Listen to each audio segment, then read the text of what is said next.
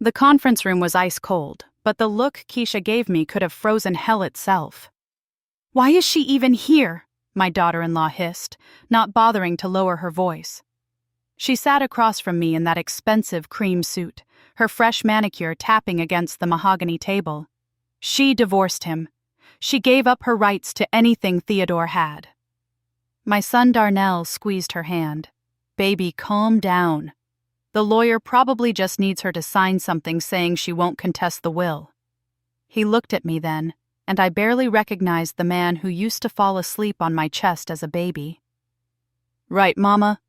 You're just here to sign papers?" I didn't answer. I just folded my 72-year-old hands in my lap and waited. Mr. Wellington, Theodore's lawyer for 30 years, cleared his throat.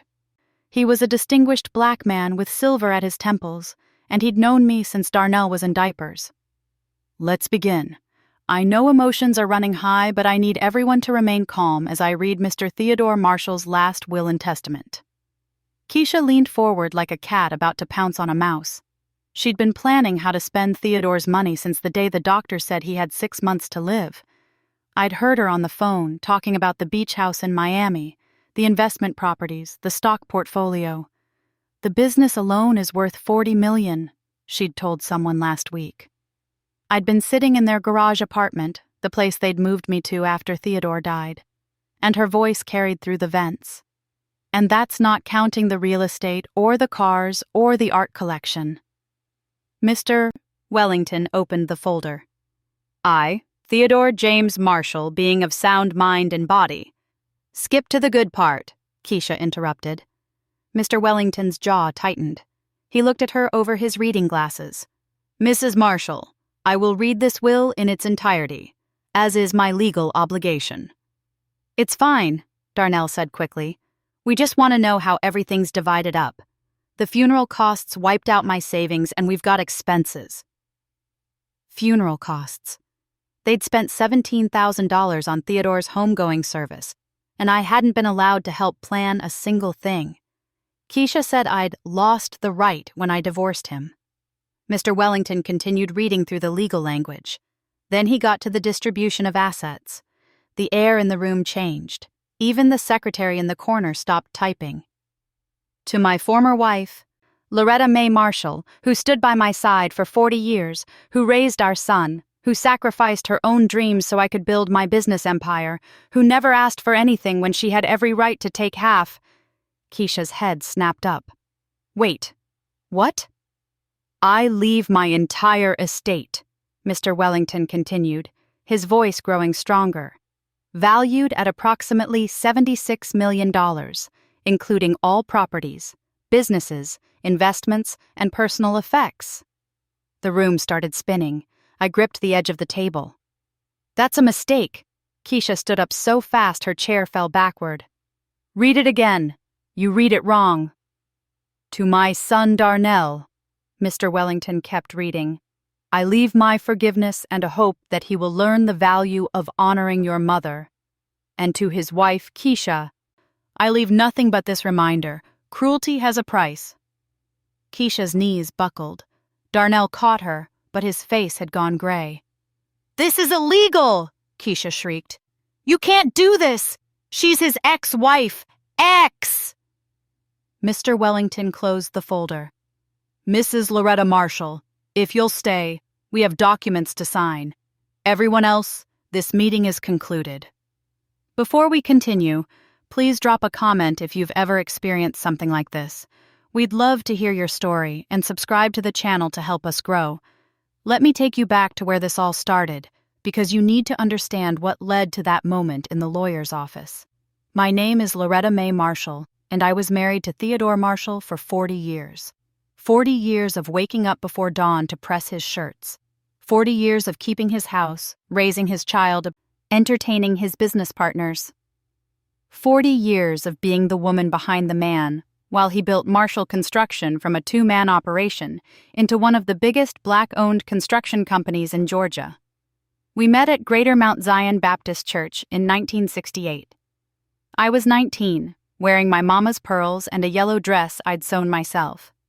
Theodore was 21, fresh out of trade school, with dreams bigger than the sky and a smile that made my heart forget how to beat regular. "I'm going to marry you," he told me after service that first Sunday. Just like that, bold as brass. "You don't even know my name," I'd said. "Then tell me, so I know what to write on the marriage license." We got married 6 months later. My mama said it was too fast, but Theodore had a way of making you believe in his dreams. He was going to build houses for black families who couldn't get loans from white banks. He was going to create jobs in our community. He was going to make something of himself, and he wanted me by his side. And I was. Lord knows I was.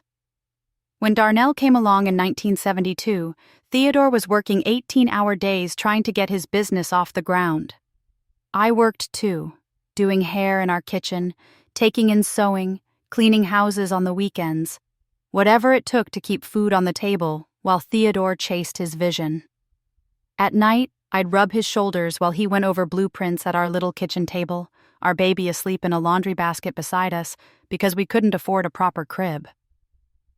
"We're going to make it, Loretta," he'd tell me. "One day, I'm going to build you a house so big you'll get lost in it." He did build me that house. Took 20 years, but he did it. 6 bedrooms, marble countertops, a garden big enough that I could grow tomatoes and collard greens and have room left over for my roses. That house was my dream come true, until it became my prison. Success changed Theodore. Maybe it was gradual, so slow I didn't notice until I couldn't recognize him anymore. The contracts got bigger. The money started flowing. He hired staff for the house, a cleaning lady, a gardener, a cook. Said I'd worked hard enough, that it was time for me to relax and enjoy life. But what he really meant was that I wasn't needed anymore. Darnell went off to college in 1990. Morehouse, like his daddy wanted. Theodore was so proud the day we dropped him off.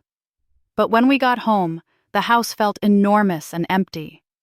I tried to talk to Theodore about maybe volunteering at the church, or going back to school myself. I'd always wanted to finish my degree, but he'd just wave his hand and tell me to join a book club or something. "You've got everything you need right here," he'd say. "Why would you want to go anywhere?"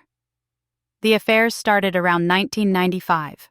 Or maybe they'd been going on longer, and I'd just finally admitted what I'd been pretending not to see. Lipstick that wasn't my shade. Perfume that wasn't my brand. Late meetings that lasted until 2 in the morning. I confronted him once. Just once. "Theodore, are you cheating on me?" He looked at me like I'd lost my mind. "Loretta, I give you everything. That rock on your finger cost more than my first truck. You've got a closet full of clothes, a house that's paid for, and a car in the driveway. What more do you want?" "I want my husband." He laughed. Actually laughed. "You've got him. I come home every night, don't I?" Except he didn't. Not really.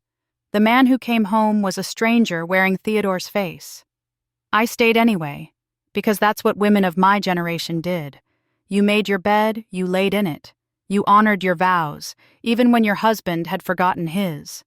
I threw myself into church work, into my garden, into being the perfect wife for the perfect man with the perfect life. Then Darnell met Keisha. She was a pharmaceutical sales rep, beautiful and ambitious, with straightened hair and designer bags, and a way of looking at our family like she was calculating what everything cost. Darnell was smitten, brought her to Sunday dinner and watched her with puppy dog eyes while she picked at my pot roast and asked if we had quinoa.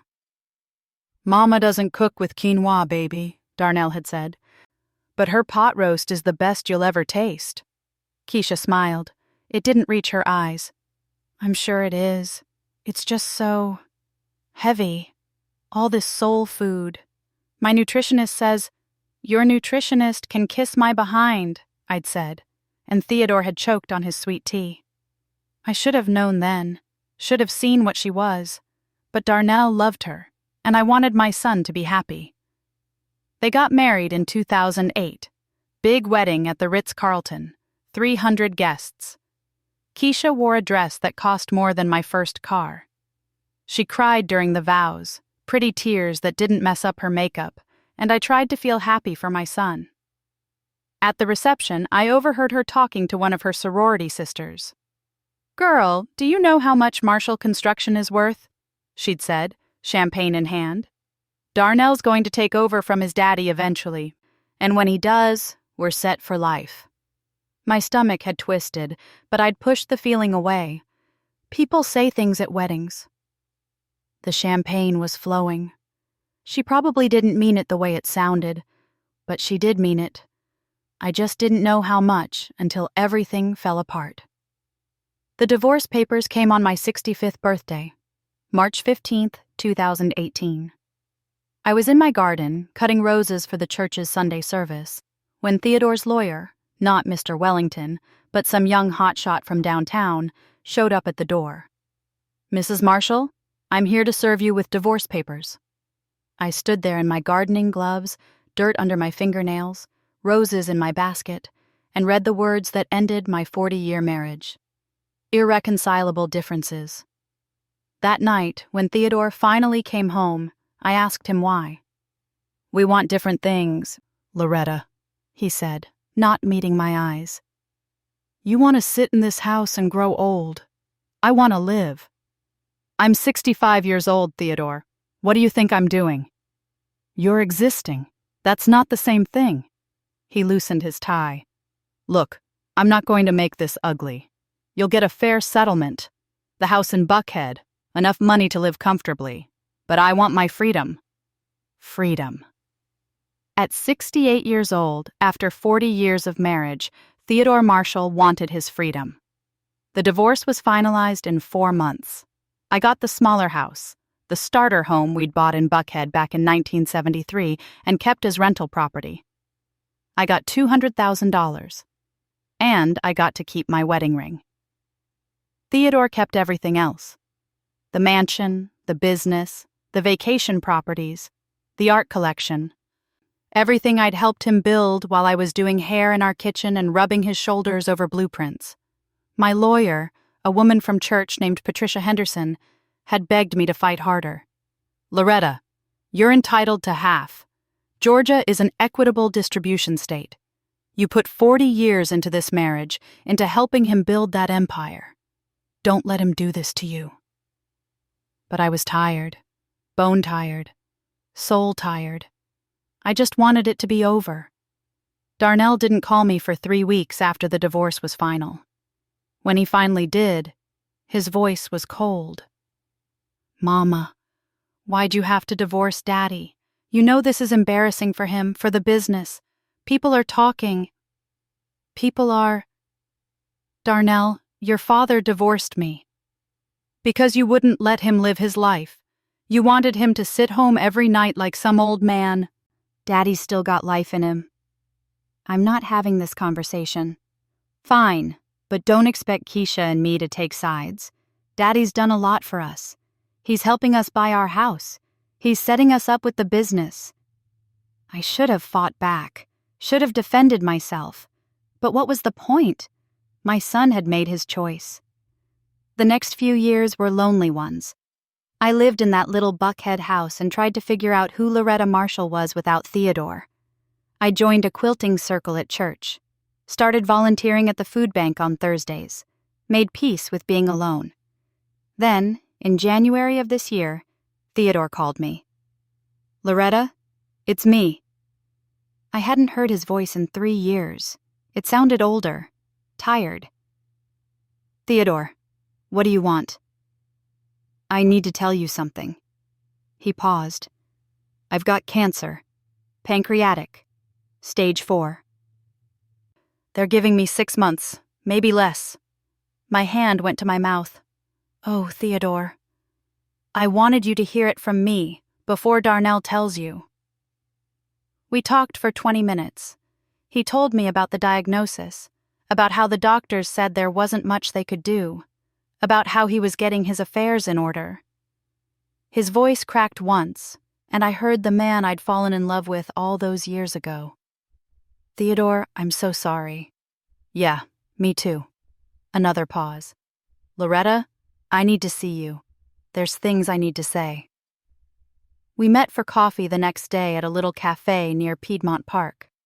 Theodore looked smaller somehow, like the sickness was already eating him away. We talked for hours. He apologized for the divorce, for the affairs, for taking me for granted all those years. You deserved better, Loretta. You deserved everything. And I gave you nothing but heartache. We had good years too, I said, because it was true. It wasn't all bad. The best years of my life were with you in that kitchen, when we didn't have nothing but dreams and each other.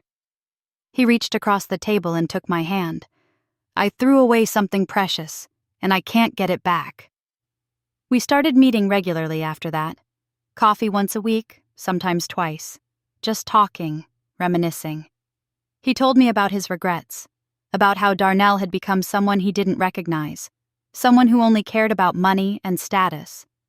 Keisha's got her claws in him deep, Theodore said one day. She's after the business, Loretta. I can see it. Soon as I'm gone, she's going to push him to sell it, take the money and run. Everything we built, everything I built for our community, she's going to tear it down for cash. Then don't leave it to him, I'd said. Leave it to someone who'll honor what you built. Theodore had smiled, a real smile, the kind I hadn't seen in years. Maybe I will. 3 weeks later, Theodore called me at 2 a.m. He was in the hospital. The cancer had spread faster than expected. He was dying. I drove to Emory University Hospital in my nightgown and a coat, ran through those halls like my life depended on it. But when I got to his room, Keisha was standing guard outside like a sentinel. "You can't go in there," she said. "He called me. He asked me to come. He's confused. The morphine makes him say things. You're not family anymore, Loretta." I was his wife for 40 years. Was. Past tense. She crossed her arms. "Darnell and I are handling this. We don't need you here stirring up drama." I tried to push past her, but she called security. They escorted me out like I was some crazy woman off the street, not the woman who'd stood by Theodore's side when he was building his dreams with nothing but determination and prayer. Theodore died 3 days later. I found out from a text message, not from Darnell, from my cousin Betty, who'd seen it on Facebook. "I'm so sorry, Loretta. I know you two had history." I called Darnell 17 times. He didn't answer. Finally, Keisha picked up his phone. "What do you want, Loretta?" "I want to know when the funeral is. I want to say goodbye to my son's father." "The service is family only." "I am family." "No," Keisha said, her voice ice cold. "You're the ex-wife who walked away when he needed you most. You don't get to show up now and play the grieving widow. Theodore left you, remember? You got your settlement. That's all you're getting." She hung up. I found out the funeral details from Mr. Wellington, bless his soul. He called me personally. "Mrs. Marshall, I think you should know the service is Friday at Greater Mount Zion, 11 o'clock. Theodore would want you there." Keisha said it's family only. "With all due respect to Mrs. Keisha Marshall," Mr. Wellington said, his voice tight with disapproval. "She doesn't get to decide who attends a church service. If you want to go, you go." So I went, wore my black dress and my good shoes, and walked into that church with my head held high. Keisha glared at me from the front pew. Darnell wouldn't meet my eyes. But I sat in the back and listened to people talk about Theodore Marshall, about his generosity and his vision and his commitment to building up the Black community. Not one person mentioned me. Not one person talked about the woman who'd been there from the beginning, when it was just dreams and determination. After the service, during the repast at the church fellowship hall, I tried to approach Darnell. "Baby, I just want to—" "Don't," Keisha cut in, stepping between us. "You've done enough, Loretta. You embarrassed this family by showing up here. You divorced Theodore. You gave up your rights to be here." "I divorced him? Keisha, he divorced me." "That's not how Theodore told it. He said you left him when he got sick, that you couldn't handle him being weak." The room went quiet. People were staring now. "That's a lie," I said, my voice shaking. That's a damned lie. I tried to be there. I pointed at Keisha, wouldn't let me see him. You're causing a scene, Darnell said quietly. Mama, please, just go. So I left, walked out of that church with everyone staring, whispering. The woman who abandoned Theodore Marshall on his deathbed. That's what they'd think now. 2 weeks later, Mr. Wellington called. Mrs. Marshall, I need you to come to my office. We're reading Theodore's will on Friday at 2 o'clock. Your presence is required. Required? Why would I need to be there? Just come, Loretta, please. Which is how I ended up in that conference room, watching my daughter-in-law's face turn purple with rage as Mr. Wellington read the words that changed everything. Theodore had left me everything. Every single thing. This is fraud! Keisha was screaming now, her perfect composure shattered. She manipulated him. She got him when he was weak and dying and made him change his will. The will was executed 9 months ago, Mr. Wellington said calmly, long before Theodore's condition deteriorated. He was of completely sound mind, and I have medical documentation to prove it. I'll contest this, Keisha snarled. I'll tie this up in court for years. You won't see a penny. You can try, Mr. Wellington said. But Theodore was very thorough. He knew you might fight this. He left video testimony explaining his reasoning. He left documentation of every conversation, every decision. And he left something else. Mr. Wellington pulled out another folder. He left proof of financial abuse, records showing how you and Darnell were systematically stealing from him over the past 3 years. Small amounts at first, then larger sums. Unauthorized transfers. Forged signatures on business documents. Darnell went pale. That's not... We didn't... Your father knew everything, Mr. Wellington continued. He'd known for over a year. He was building a case against you both. Keisha lunged across the table at me, and it took 2 security guards to pull her back. You bitch! She screamed. You're 72 years old. What are you going to do with $76 million? You're too old to enjoy it. You'll be dead in 5 years anyway. Security dragged her from the room, still screaming. Darnell followed, his face blank with shock. And I sat there, my hands shaking, trying to understand what had just happened. Mr. Wellington sat down beside me. Loretta, Theodore wanted me to give you this. He handed me a letter, in Theodore's handwriting. Loretta, if you're reading this, I'm gone. And if I know Keisha, she's probably just finished throwing a fit. I need you to know that leaving you everything wasn't about revenge, though Lord knows they deserve it. It was about making things right. When we divorced, I stole 40 years of your life from you. I took everything you'd worked for, everything you'd sacrificed, and I gave you scraps. I told myself you were fine with it because you didn't fight. But you didn't fight because I'd already broken your spirit. I'd already taken everything that mattered. This money, this business, these properties, they're yours, Loretta. They always were. You earned every penny while I was building my empire. You were there when I had nothing, when all I had was dreams and determination. You believed in me when nobody else did. I'm giving you what should have been yours all along. Not as charity, not out of guilt, but because you earned it.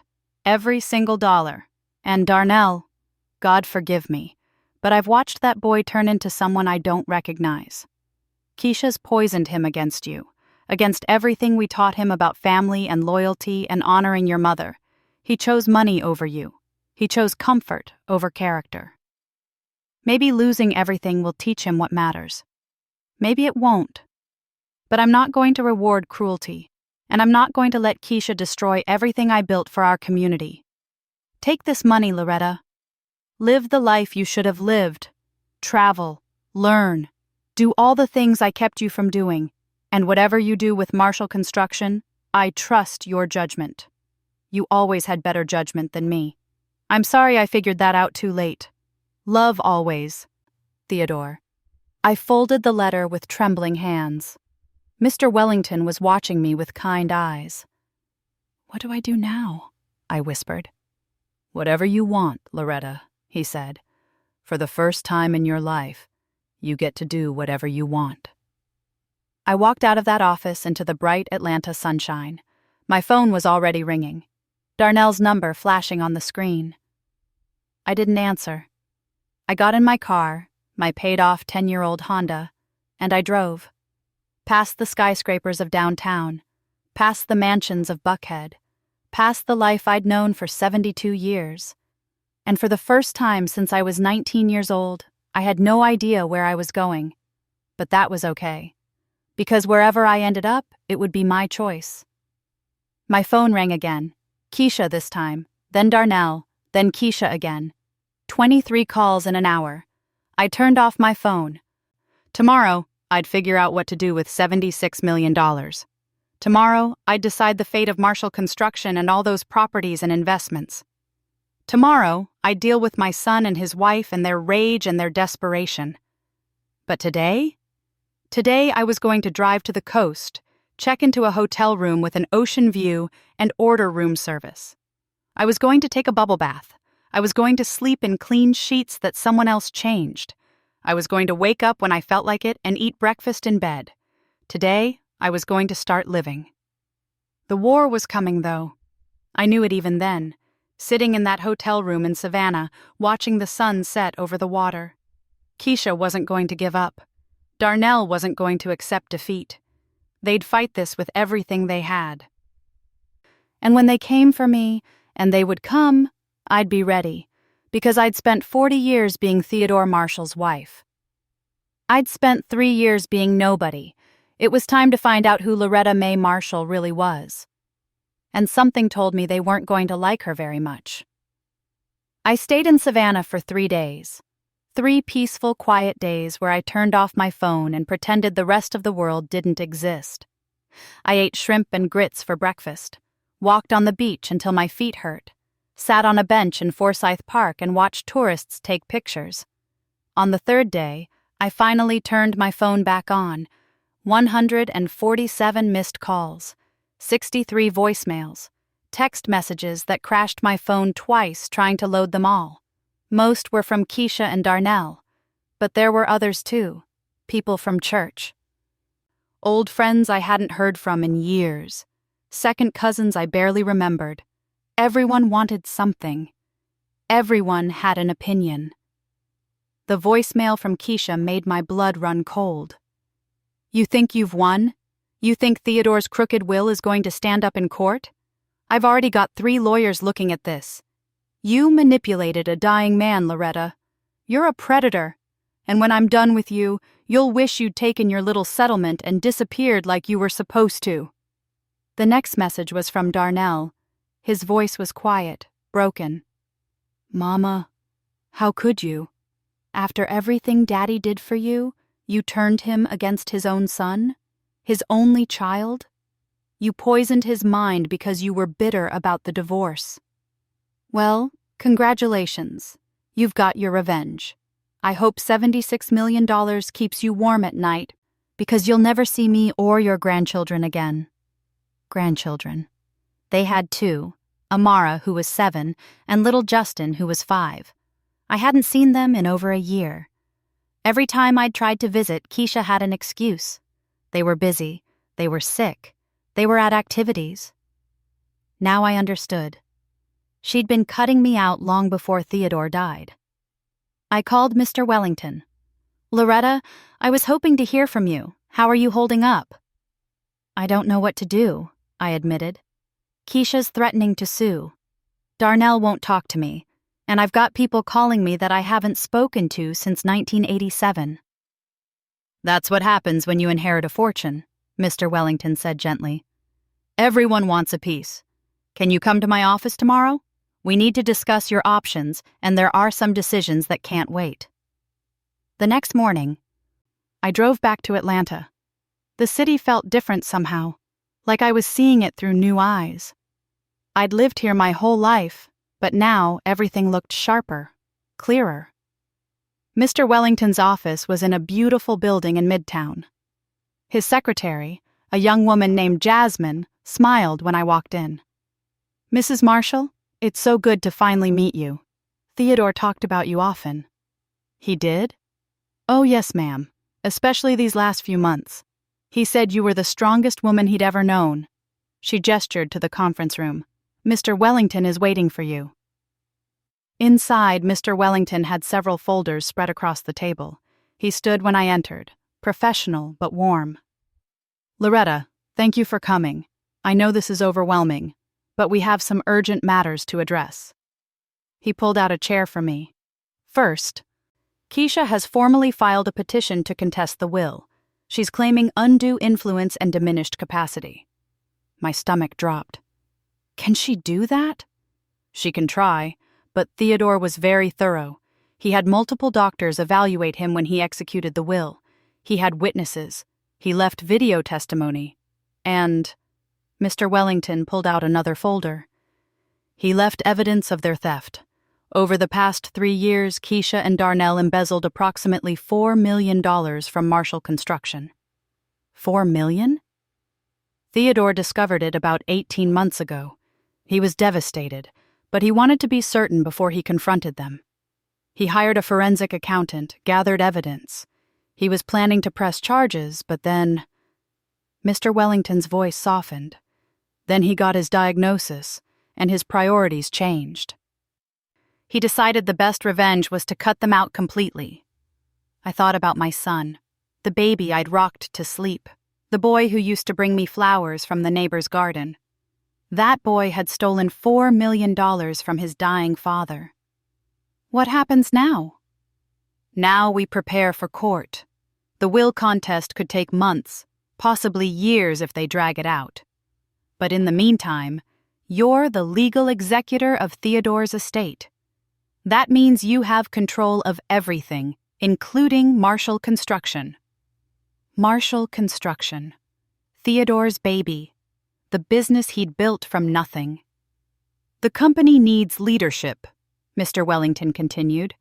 "Theodore's CFO, Robert Chen, has been running things since Theodore got too sick to work, but he's ready to retire.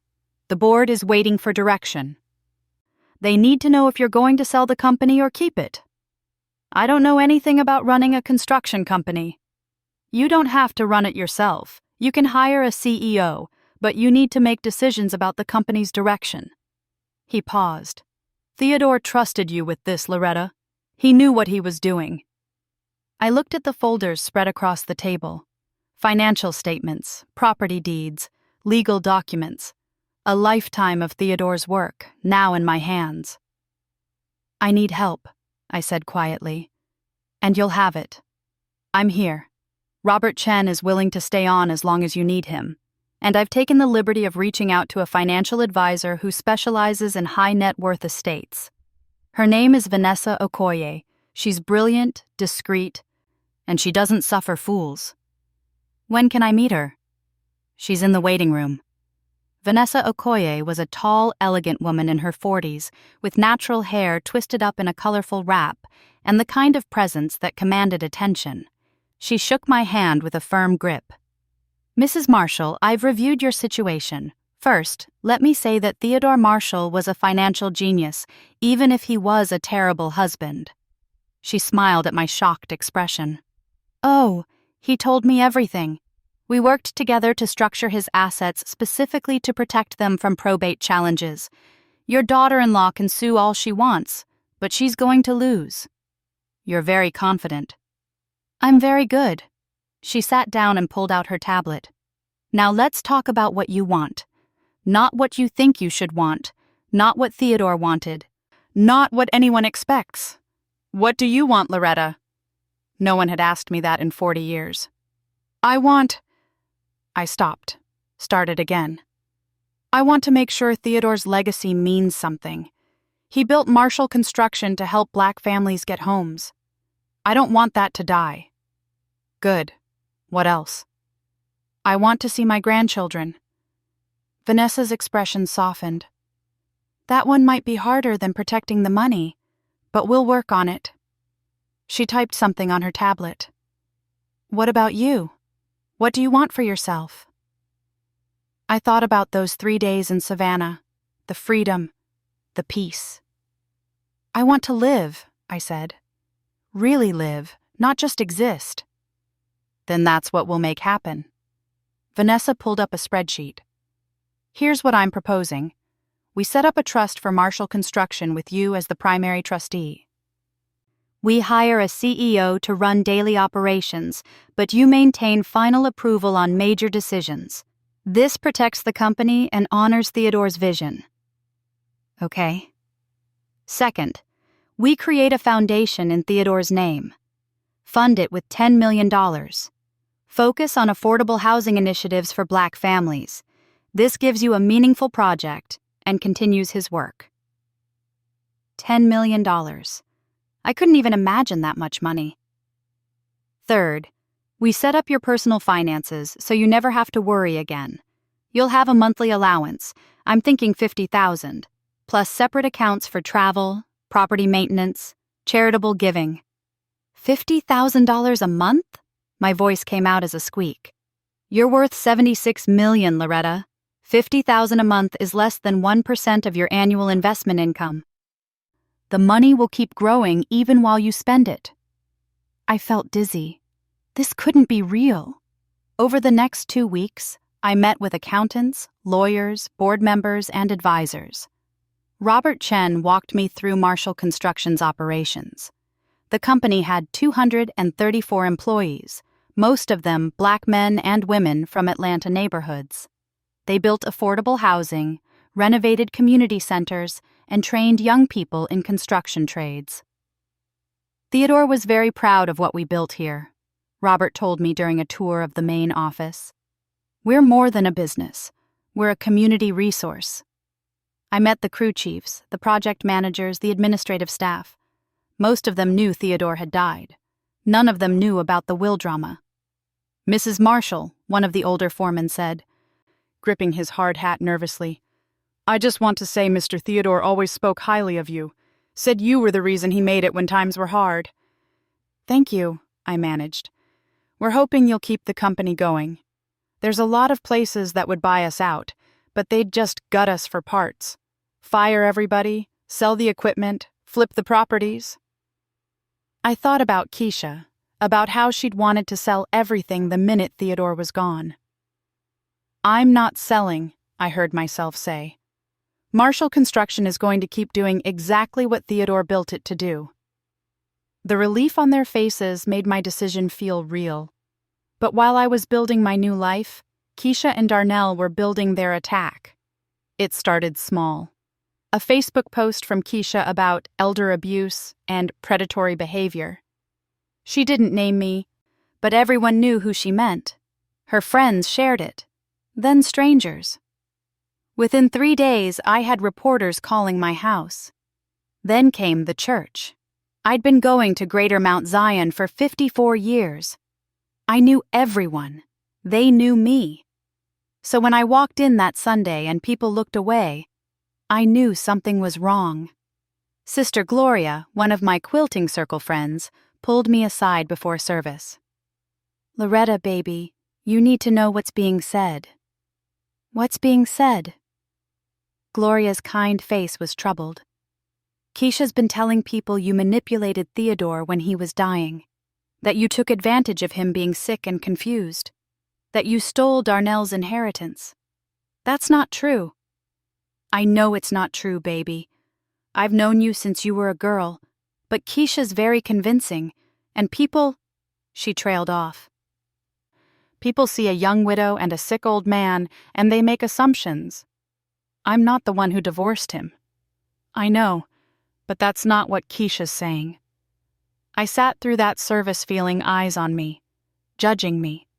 When Pastor Williams gave his sermon about loving your neighbor, I wondered if anyone was thinking about me. After service, during fellowship, Keisha showed up. She walked in like she owned the place, wearing black designer clothes and dark sunglasses even though we were indoors. Darnell was beside her, looking uncomfortable. The room went silent. Well, Keisha said loudly, I didn't expect to see the woman who stole my children's inheritance at church. Isn't there something in the Bible about thieves? Pastor Williams stepped forward. Sister Keisha, this is not the place? No, Pastor. I think it is the place. Keisha pulled off her sunglasses. Her eyes were red, but I couldn't tell if she'd been crying or if it was just for show. This woman manipulated my dying father-in-law. She isolated him from his family. She convinced him to leave everything to her, cutting out his only son and his grandchildren. And now she's sitting here in church like she's some kind of saint. That's enough, I said quietly. Enough? Enough? Keisha's voice rose. You've taken everything from us. The house, the business, the money, everything Theodore worked his whole life to build. Darnell can't even afford to send his children to private school anymore because you manipulated a sick old man. Theodore divorced me, I said, my voice steady even though my hands were shaking. He left me with almost nothing. And when he was dying, you wouldn't let me see him. Because you'd already done enough damage. You were calling him, confusing him, making him think we were stealing from him. You were stealing from him.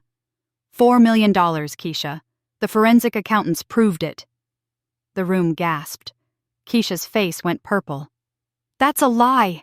Those are fabricated documents. You're making up evidence to justify stealing our inheritance. Darnell grabbed her arm. Baby, let's go. But Keisha jerked away from him. She pointed at me, her fingers shaking with rage. You will regret this, Loretta. I promise you. You think you've won, but you haven't. I'm going to prove what you did. I'm going to show everyone what kind of person you really are. And when I'm done, you'll have nothing. Nothing. She stormed out, Darnell trailing behind her. The room buzzed with whispers.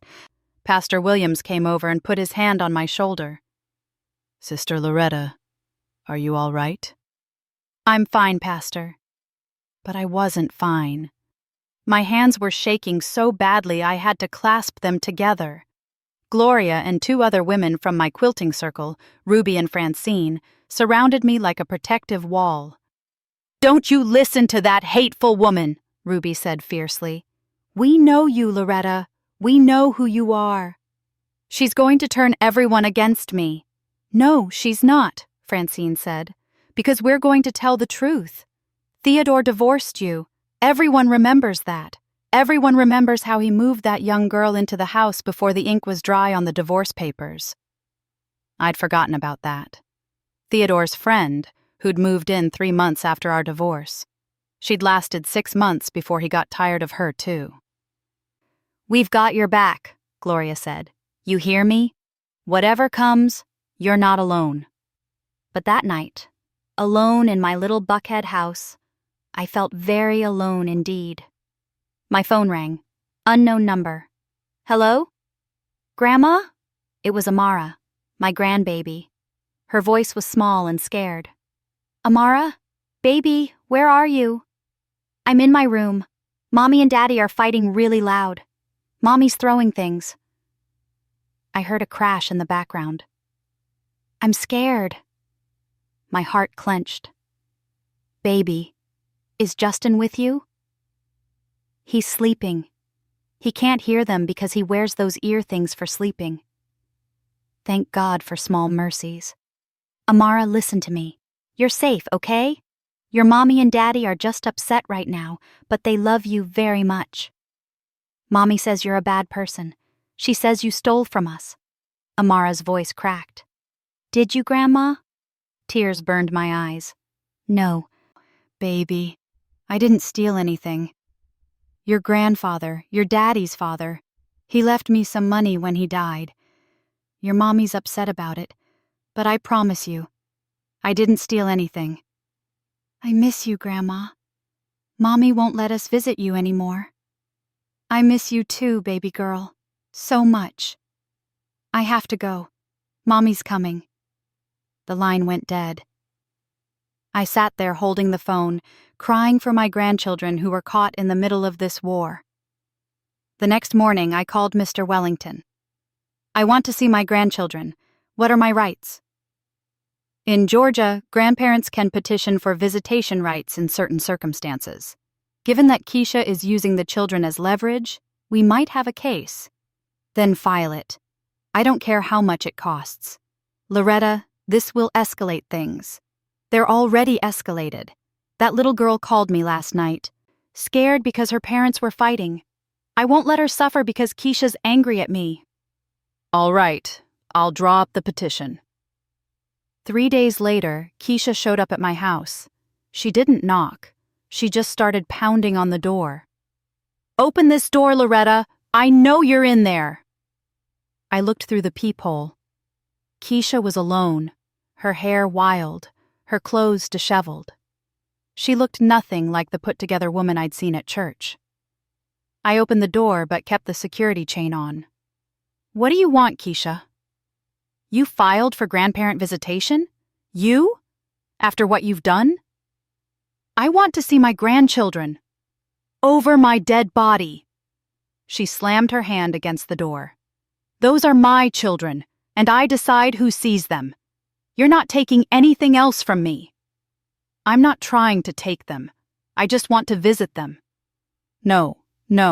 You don't get that. You don't get to play loving grandmother while you're destroying their lives. Keisha's voice broke, and for a moment, I saw real pain behind the rage. Do you know what you've done? Darnell can't sleep. He can't work. He just sits in his office staring at nothing. You've broken him, Loretta. Your own son. Theodore broke his heart, not me. Theodore was a sick, confused old man who didn't know what he was doing. He knew exactly what he was doing. He knew about the money you stole. He knew how you treated me. He knew— Shut up! Keisha screamed. Just shut up! You're a bitter old woman who couldn't stand that Theodore moved on. You manipulated him when he was vulnerable, and now you're trying to take my children too. I'm not taking anyone. I just want to see them. Well, you can't. And when I win in court, and I will win, you won't get a penny. You'll be exactly where you should have been all along, alone and forgotten. She turned and stormed down my driveway, got in her Mercedes, and peeled out of my quiet neighborhood like a woman possessed.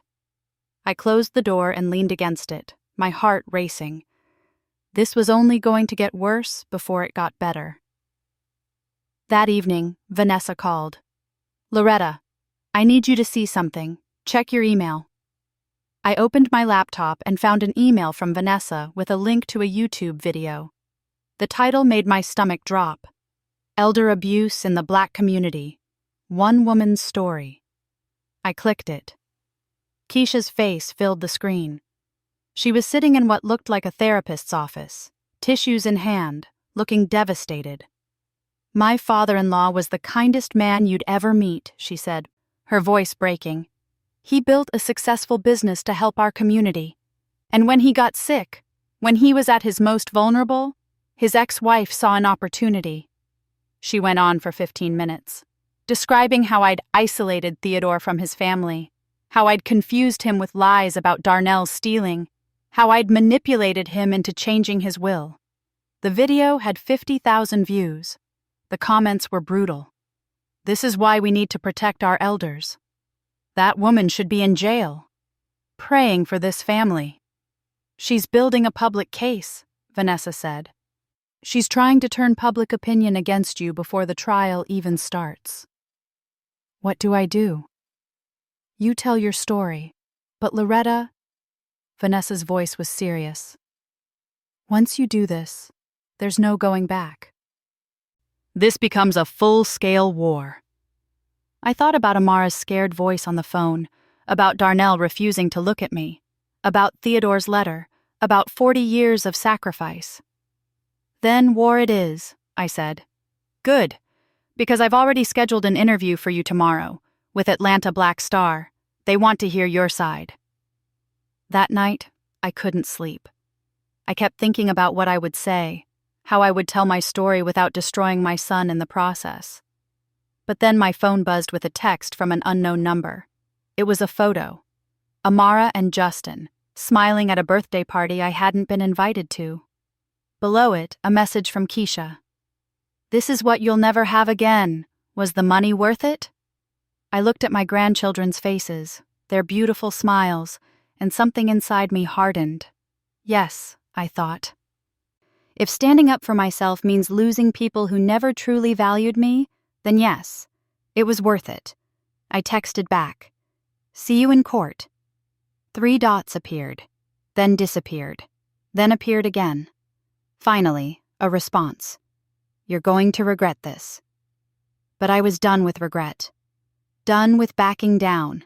Done with letting people walk all over me because I was supposed to be the bigger person. I had 40 years of being the bigger person. It was someone else's turn now. The next morning, I woke up to sirens. I rushed to my window and saw police cars in my driveway. Officers were banging on my door. "Open up! Atlanta Police!" My hands shook as I opened the door.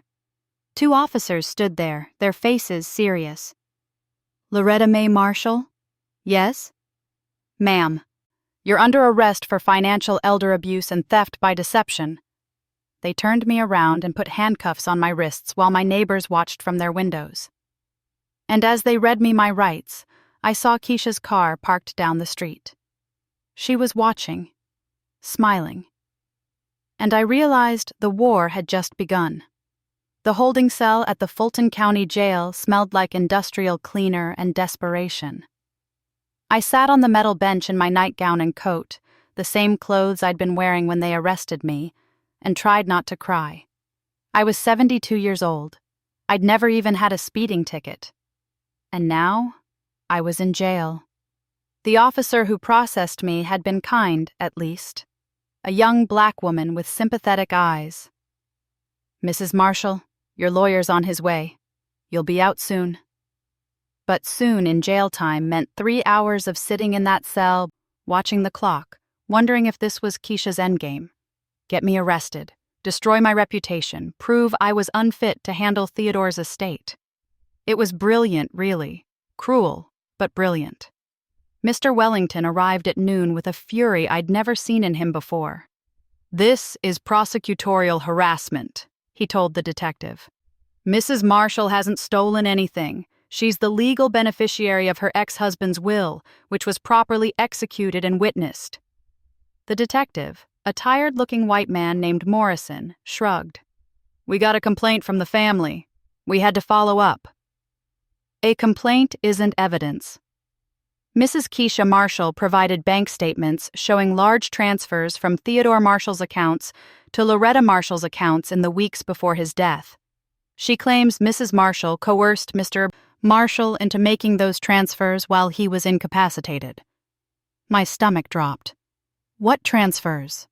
Mr. Wellington's jaw tightened. "Those transfers were legitimate gifts. Theodore was of sound mind and had every right to transfer his own money."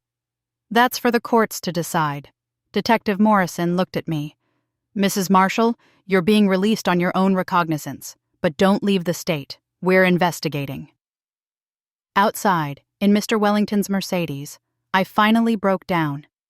They arrested me. They put me in handcuffs in front of my neighbors. I know, and they're going to pay for it. Mr. Wellington's hands gripped the steering wheel. Keisha orchestrated this. She filed the police report with just enough truth twisted into lies to make it look legitimate. She wanted you arrested. She wanted the publicity. It's working. Everyone's going to think I'm a criminal. No, they're not, because we're going to destroy her in court.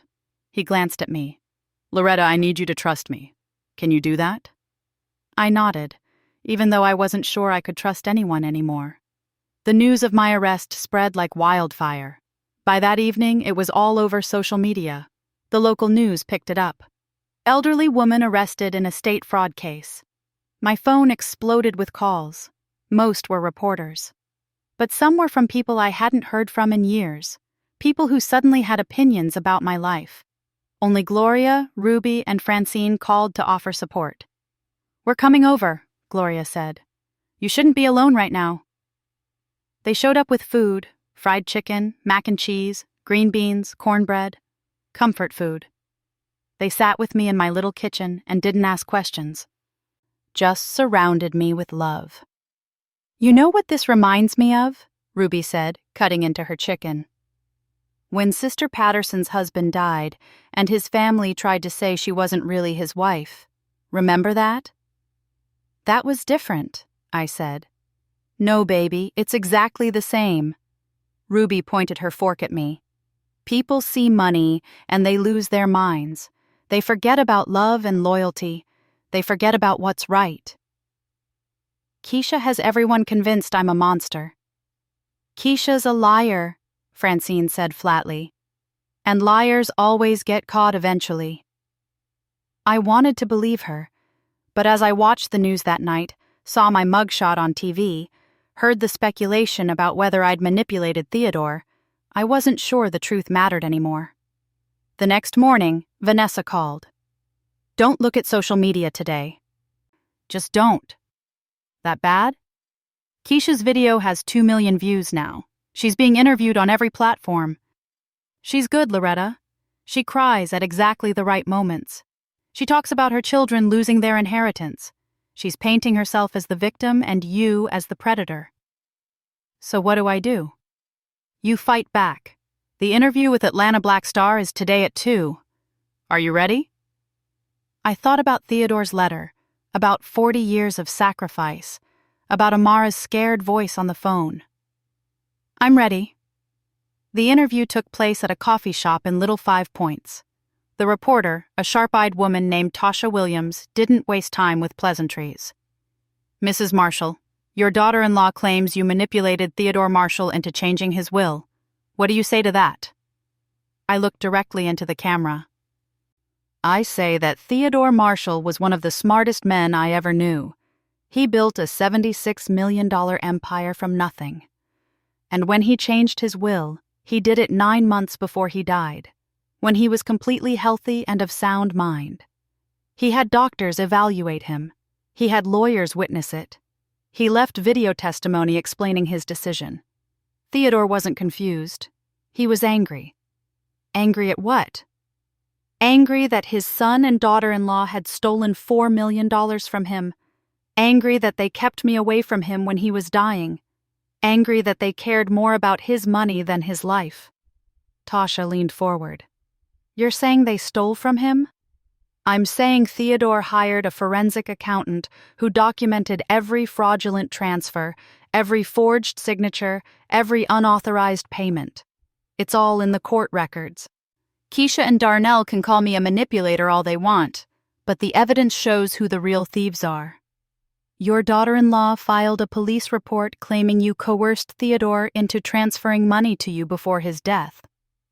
Theodore gave me $50,000 2 weeks before he died. He called me and said, 'Loretta, I need you to have this, just in case something happens before the will is read.' He wasn't confused. He was protecting me from exactly what Keisha's doing right now."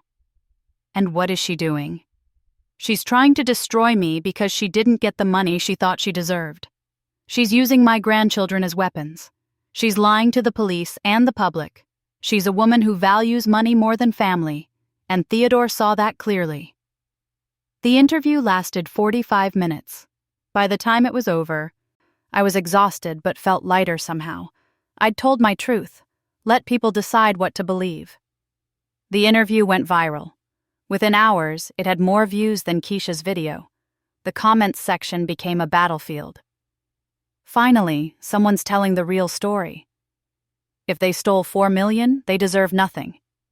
Why would Theodore leave everything to his ex-wife if she manipulated him? But there were negative comments, too. People who thought I was lying. People who thought I'd somehow brainwashed Theodore. Keisha responded with another video, this time crying hysterically, claiming I'd attacked her children by exposing the embezzlement allegations. "Those are lies," she sobbed. "Fabricated documents meant to justify theft. My children are being dragged through the mud because a bitter old woman couldn't accept that Theodore moved on." The court date for the will contest was set for November 15th, 3 weeks away. 3 weeks of public warfare, legal maneuvering, and sleepless nights. Mr. Wellington prepared me for what was coming. Keisha's lawyers are going to try to prove Theodore had diminished capacity when he executed the will. They'll bring in expert witnesses. They'll twist every conversation you had with Theodore into evidence of manipulation. What do we have? The truth. Medical records showing Theodore was healthy when he signed, video testimony where he explicitly states his reasoning, and the embezzlement evidence. Loretta, if we can prove Keisha and Darnell stole from Theodore, their credibility is destroyed. But that destroys Darnell too. Mr. Wellington's expression softened. I know he's your son, but he made his choices. That night, I got another call from Amara. This time, she was crying. Grandma, Mommy says you're going to jail. She says you're a bad person and we can't ever see you again. My heart shattered. Baby, that's not true. I'm not going to jail. Your mommy's just upset right now. But she showed me the news. You were in handcuffs. That was a misunderstanding, baby. I promise you, I didn't do anything wrong. I don't understand why everyone's so mad. I just want to see you, Grandma. I miss you. I miss you too, sweetheart. So much. After we hung up, I made a decision. I called Vanessa. I want to set up trust funds for Amara and Justin, $5 million each. They can't access it until they're 25, but I want them protected. Loretta, if you do that, Keisha will claim you're trying to buy their affection. I don't care what Keisha claims. Those children are innocent in all this. Whatever happens between me and their parents, Amara and Justin deserve security. All right, I'll draw up the paperwork. The weeks leading up to the trial were the longest of my life. Keisha escalated her public campaign, appearing on local news, posting daily updates on social media, playing the grieving daughter-in-law to perfection. I stayed quiet. Mr. Wellington advised against engaging with her media circus. Let her talk. The more she talks, the more desperate she looks. We'll speak in court, where the truth matters. But staying quiet was torture. Every day brought new accusations.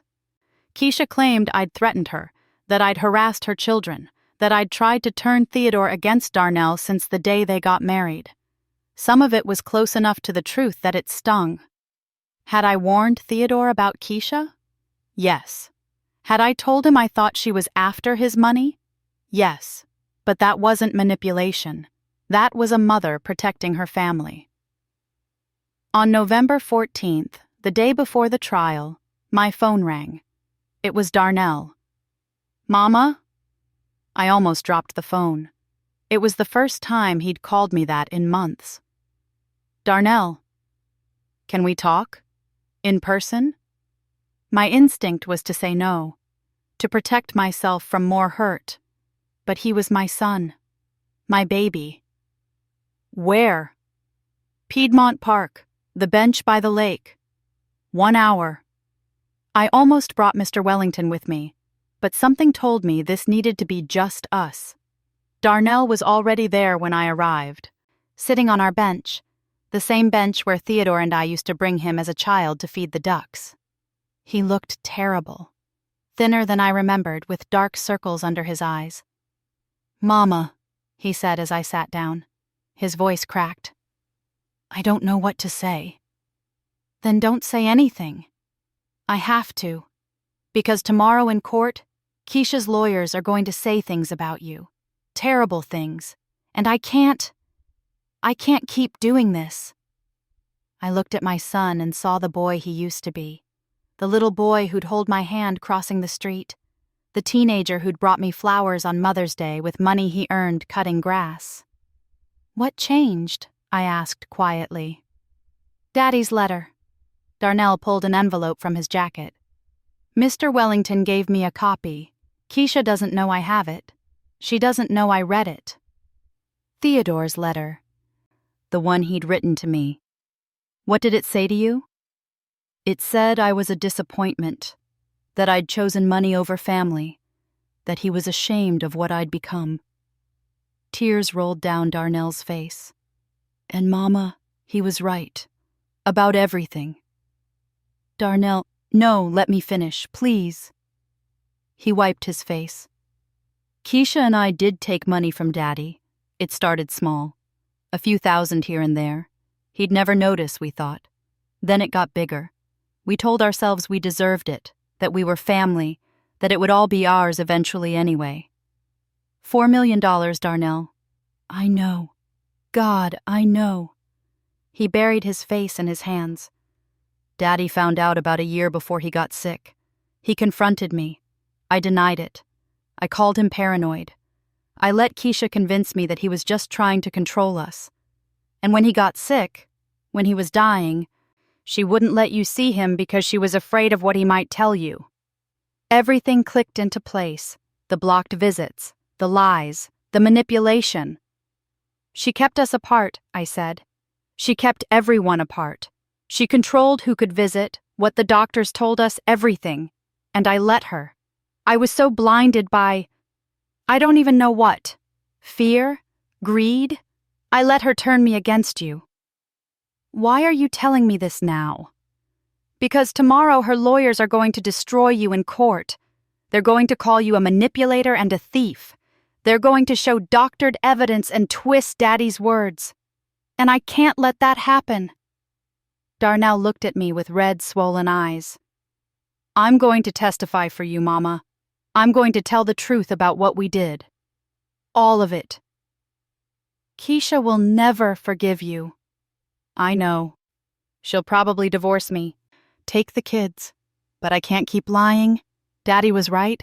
I chose wrong. But I'm choosing right now, even if it's too late. I took my son's hand, the same hand I'd held when he was a baby, and I cried. For the years we'd lost. For the man he'd become.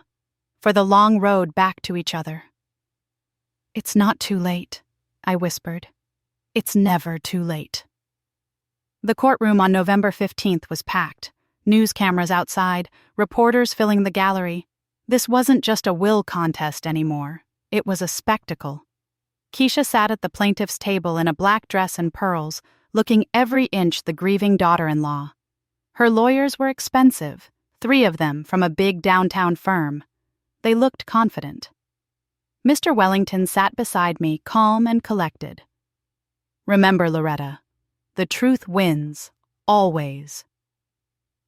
The judge, an older black woman named Judge Patricia Hawkins, called the court to order. This is a hearing to contest the last will and testament of Theodore James Marshall.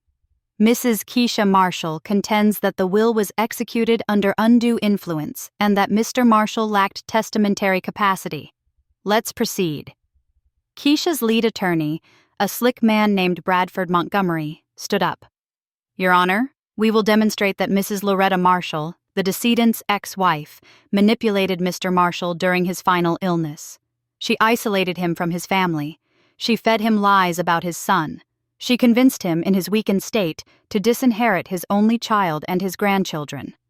This is a clear case of elder abuse and undue influence. He called his first witness, a home health aide who'd worked for Theodore during his final months. Did you observe Mrs. Loretta Marshall visiting Mr. Marshall? Montgomery asked. Yes, sir, several times. And did these visits upset Mr. Marshall? Well, he seemed confused afterward, like he didn't know what to think. Confused, thank you. Montgomery smiled. No further questions. Mr. Wellington stood for cross-examination. Ma'am, you said Mr. Marshall seemed confused after Mrs. Marshall's visits. Did he seem confused during the visits? No, sir. In fact, didn't he seem happier when she was there? The aide hesitated. Yes, sir. He smiled more, talked more. And this confusion you mentioned, couldn't that have been the effects of his illness and medication? I suppose so. Thank you. They brought in a parade of witnesses. Theodore's business associates who barely knew me. Distant relatives who claimed Theodore had told them he regretted the new will. A psychologist who'd never met Theodore but theorized about elder abuse patterns. It was all circumstantial, all speculation. But it was effective. I could see some of the jurors, we'd requested a jury trial, nodding along. Then Montgomery called his star witness. The plaintiff calls Mrs. Keisha Marshall. Keisha took the stand like she was walking a runway. Poised, tragic, perfect. Mrs. Marshall, can you describe your relationship with your father-in-law? Theodore was wonderful, generous, kind. He loved Darnell so much, loved his grandchildren. Keisha's voice broke beautifully. He was so proud of the family he'd built. And when did that relationship change? When his ex-wife came back into his life. Suddenly, Theodore was different. Angry, suspicious. He accused us of stealing from him, of trying to hurt him. It was heartbreaking.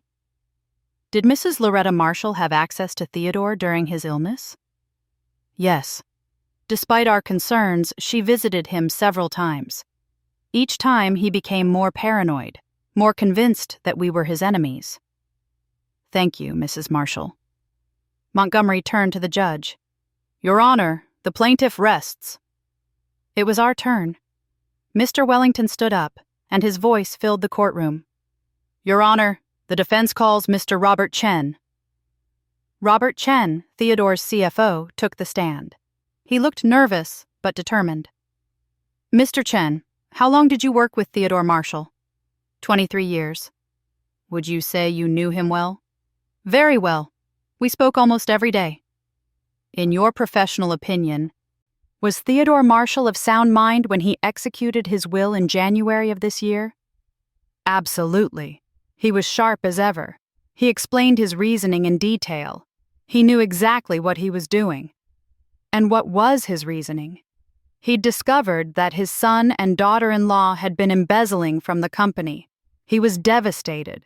He told me, Robert, I built this company for my family, and they're destroying it for money. Keisha's lawyers objected, but Judge Hawkins overruled them. Mr. Wellington continued. Did Mr. Marshall ever express regret about his divorce from Loretta Marshall? Constantly. He said divorcing her was the biggest mistake of his life. He said she was the only person who'd ever really loved him for who he was, not what he had. Thank you. No further questions. We brought in Theodore's doctors, who testified he'd been completely competent. We brought in the forensic accountant, who walked through every fraudulent transaction, every forged signature. Then, Mr. Wellington played Theodore's video testimony. The courtroom went silent as Theodore's face filled the screen. He looked tired but strong, sitting in Mr. Wellington's office 9 months before his death. My name is Theodore James Marshall, he said, and I'm making this recording to explain my final wishes. He talked for 20 minutes, about building his business, about his marriage to me, about the divorce he regretted, about discovering the theft.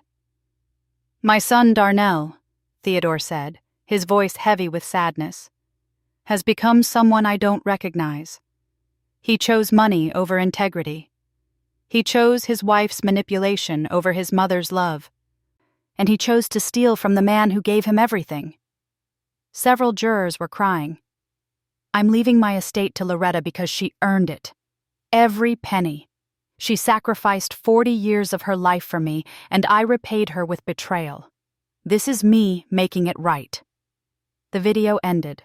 The courtroom was silent. Then Mr. Wellington said, The defense calls Darnell Marshall. Keisha's head whipped around. She stared at Darnell, her eyes blazing with fury. He wouldn't look at her as he walked to the stand. Mr. Marshall, Mr. Wellington said gently, did you and your wife steal money from your father? Darnell's voice was barely a whisper. Yes. How much? $4 million, over 3 years. The courtroom erupted. Judge Hawkins banged her gavel. And did your wife prevent your mother from seeing your father when he was dying?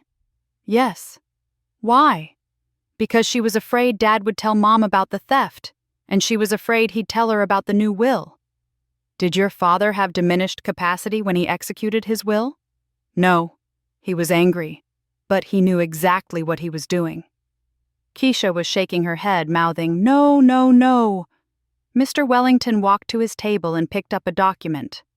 Mr. Marshall, are you aware that your father left a separate letter explaining his decision to disinherit you? Yes. Would you like to read it to the court? Darnell took the letter with shaking hands.